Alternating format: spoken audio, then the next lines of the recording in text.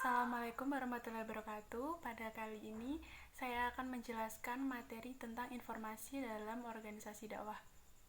Sistem informasi sendiri diartikan sebagai kumpulan beberapa komponen yang saling terhubung, menyimpan, mengelola, serta mendistribusikan beberapa informasi yang nantinya akan digunakan sebagai acuan pengambilan keputusan dalam sebuah organisasi. Sistem informasi juga dapat diartikan sebagai kumpulan subsistem yang terintegrasi untuk pengambilan suatu keputusan dengan menggunakan komputer sebagai medianya.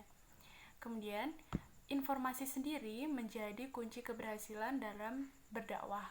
Sebab semakin banyak informasi yang disampaikan kepada mat'u, semakin banyak juga ilmu yang didapatkan dan semakin banyak orang yang terpengaruh dengan materi atau kajian-kajian Islami yang telah disampaikan oleh dai tersebut. Untuk mendapatkan informasi yang bermanfaat dibutuhkan 2 tahap yang harus kita lakukan, yaitu mengelola dan menelaah data.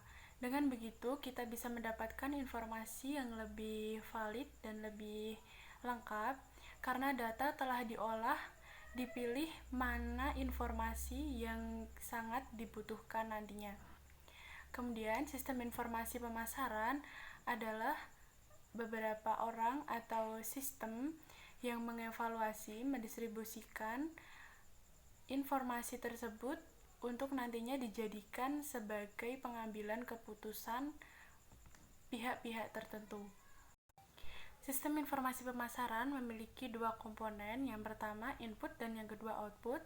Input sendiri terdiri dari akuntansi, intelijen pemasaran dan riset, kemudian output terdiri dari produk, tempat, dan harga pemasaran. Nah, selanjutnya, sistem informasi memiliki beberapa syarat yang harus dipenuhi. Yang pertama, sistem harus berbentuk baik agar dapat menyelesaikan rencana yang telah ditetapkan. Yang kedua, elemen sistem wajib memiliki rencana-rencana yang akan ditetapkan. Yang ketiga, memiliki hubungan yang baik antara elemen-elemen. Yang keempat, sistem informasi harus memiliki sifat pemrosesan. Yang selanjutnya adalah manajemen informasi harus memiliki keefektifan, keluasan, dan kepuasan dalam kepemakaian. Di era sekarang ini sudah semakin banyak masyarakat yang mengenal tentang teknologi. Nah, dalam organisasi dakwah sendiri, teknologi dimanfaatkan sebagai media penyebaran dakwah. Dakwah sendiri menggunakan media sosial untuk menyebarkan kajian-kajian Islami dengan efektif. Beberapa dai pada zaman sekarang ini sudah membuat konten atau kajian-kajian Islami di dalam YouTube, Instagram, maupun Twitter. Dengan begitu, ilmu-ilmu Islam dapat tersebar dengan cepat.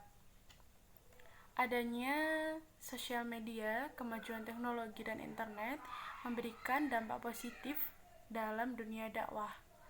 Dengan begitu, materi dalam dakwah yang disiapkan para dai bisa tersebar dengan cepat dan lebih luas.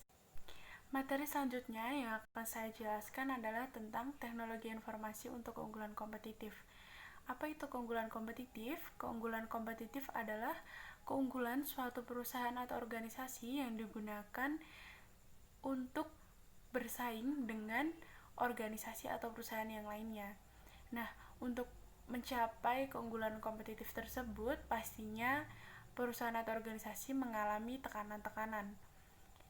Kemudian, ada salah satu pendekatan yang dapat digunakan saat mengalami tekanan tersebut, yaitu dengan memanfaatkan sumber daya yang ada dan kemajuan teknologi. Ada beberapa strategi yang dapat digunakan untuk meningkatkan kualitas dari perusahaan dan mendapatkan keunggulan kompetitif. Selanjutnya, saya akan menjelaskan tentang strategi-strategi tersebut. Strategi yang pertama adalah strategi diferensiasi. Nah, strategi tersebut digunakan untuk meningkatkan nilai atau keunggulan dari perusahaan tersebut, yaitu dengan membedakan pelayanan dari perusahaan kita dengan perusahaan yang lain. Yang selanjutnya adalah strategi inovasi. Dengan menggunakan strategi inovasi, kita bisa lebih meningkatkan tingkat keunggulan dari perusahaan kita, yaitu dengan menambahkan hal-hal baru setiap tahunnya, setiap bulannya, atau bahkan setiap harinya untuk memberikan pelayanan kepada konsumen. Nah, yang selanjutnya adalah strategi pertumbuhan. Jika dalam organisasi dakwah, strategi tersebut digunakan untuk menambah beberapa dai. Jadi, dari organisasi dakwah sendiri menyediakan beberapa pelatihan yang nantinya digunakan untuk mencetak beberapa dai-dai baru. Yang selanjutnya adalah strategi minimalisasi biaya. Pastinya minimalisasi biaya merupakan strategi yang sangat penting dalam mencapai keunggulan kompetitif. Kita harus benar-benar bisa memanfaatkan biaya dengan baik, mengelola keuangan dengan baik, menggunakannya hanya untuk kepentingan-kepentingan tertentu. Nah, dalam organisasi dakwah sendiri diperlukan strategi-strategi untuk mencapai tujuan dari dakwah itu sendiri.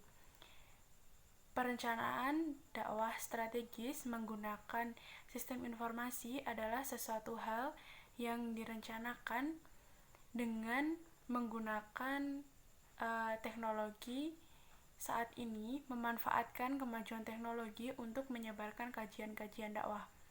Ada 3 metode yang dapat digunakan, yaitu dengan yang pertama, membuat akun media sosial, yang kedua, membuat konten-konten video di YouTube, dan yang ketiga, memperluas penyebaran dakwah melalui website atau internet yang lainnya. Dalam perencanaan dakwah sendiri, kita bisa melakukan beberapa pendekatan. Yang pertama, mengidentifikasi masalah. Yang kedua, menyusun model-model pemecahan yang tepat. Yang ketiga, menetapkan strategi dakwah. Kemudian, dalam perencanaan dakwah, kita berarti melakukan beberapa hal. Yang pertama, penetapan metode. Yang kedua, pengolahan isi pesan dakwah. Yang ketiga, penetapan pelaksanaan dakwah. Yang keempat, mengevaluasi hasil implementasi metode strategi pemecahan. Sekian dari saya, kurang lebihnya mohon maaf. Wassalamualaikum warahmatullahi wabarakatuh.